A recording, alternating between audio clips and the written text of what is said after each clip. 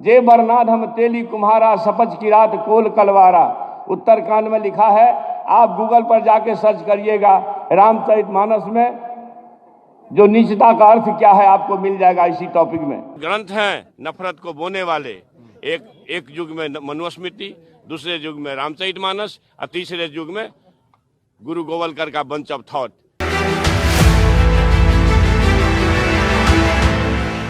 रामचरितमानस में लिखा है, जाकी रही भावना जैसी प्रभु मूरत देखी तिन तैसी। और ये भावना बिहार के शिक्षा मंत्री पर सटीक बैठ रहा है, जहां उन्होंने नालंदा खुला विश्वविद्यालय के 15वें दीक्षांत समारोह में छात्रों को संबोधित करते हुए रामचरितमानस को समाज को बांटने वाला ग्रंथ ही बता दिया। इतना ही नहीं, उन्होंने बाबा साहेब अम्बेडकर का नाम लेकर भी उसका उदाहरण दिया और मनुस्मृति, रामचरितमानस और बंच ऑफ थॉट्स नफरत फैलाने वाला बता दिया। आइए हम आपको सुनाते हैं शिक्षा मंत्री चंद्रशेखर के विवादित बयानों को।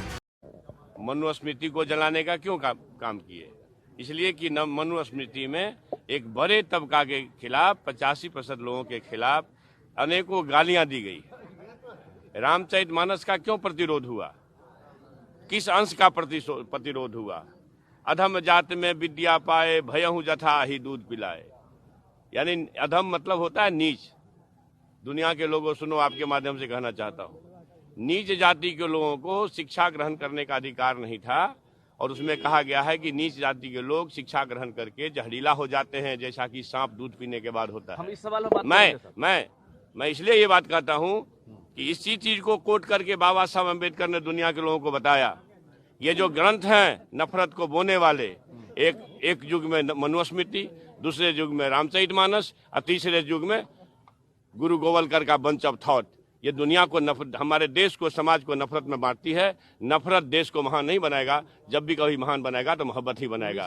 चंद्रशेखर के इस बयान से राजनीति ने जोर पकड़ लिया है। बीजेपी के राष्ट्रीय प्रवक्ता शहजाद पूनावाला ने ट्वीट कर मंत्रियों के पिछले बयानों को याद दिलाया। पूनावाला ने लिखा, बिहार के शिक्षा मंत्री ने कहा है कि रामचरितमानस नफरत फैलाने वाला ग्रंथ है। कुछ दिन पहले जगदानंद सिंह ने राम जन्मभूमि को नफरत की जमीन बताया था। ये कोई संयोग नहीं है, ये वोट बैंक का उद्योग है। आरजेडी, सिमी और पीएफआई की पैरवी करती है और हिंदू आस्था पर चोट करती है। क्या कार्यवाही होगी? चंद्रशेखर के इस बयान पर कवि कुमार विश्वास ने भी टिप्पणी की है। उन्होंने बिहार के मुख्यमंत्री नीतीश कुमार को टैग करते हुए ट्वीट कर कहा, आदरणीय नीतीश कुमार जी, भगवान शंकर के नाम को निरर्थक कर रहे आपके अशिक्षित शिक्षा मंत्री को शिक्षा की अत्यंत अविलंब आवश्यकता है। मेरे मन में आपके लिए बहुत आदर है, इसलिए इस दुष्कर कार्य के लिए स्वयं को प्रस्तुत कर रहा हूँ। इन्हें अपने अपने राम सत्र में भेजे, जिससे कि इनका मन स्ताप शांत हो।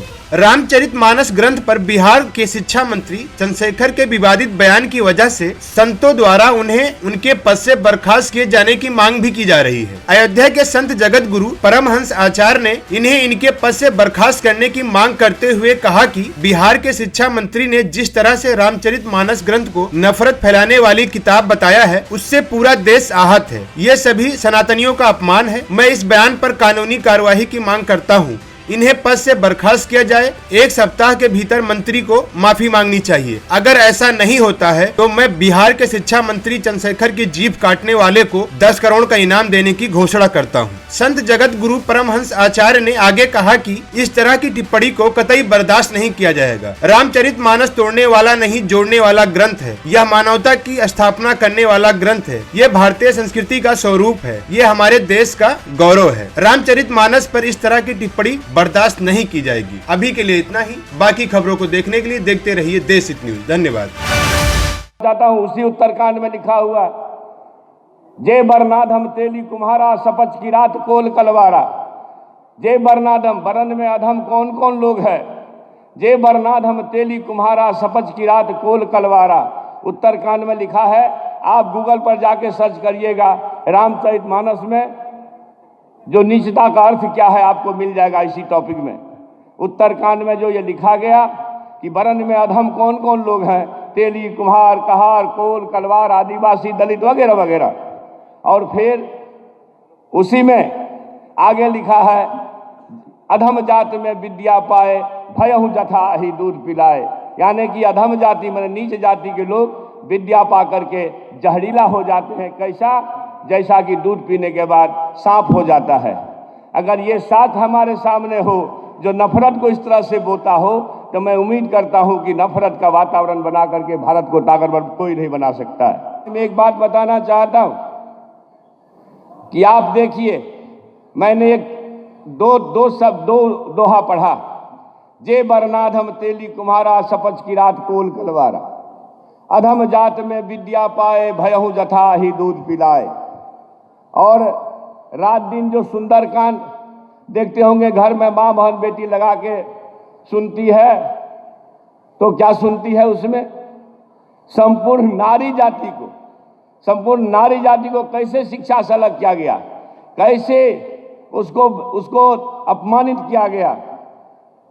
तो आप उसमें पाएंगे कि आप देखेंगे कि संपूर्ण सुंदरकांड में जो 2-4 बातें हैं वह निंदनीय है।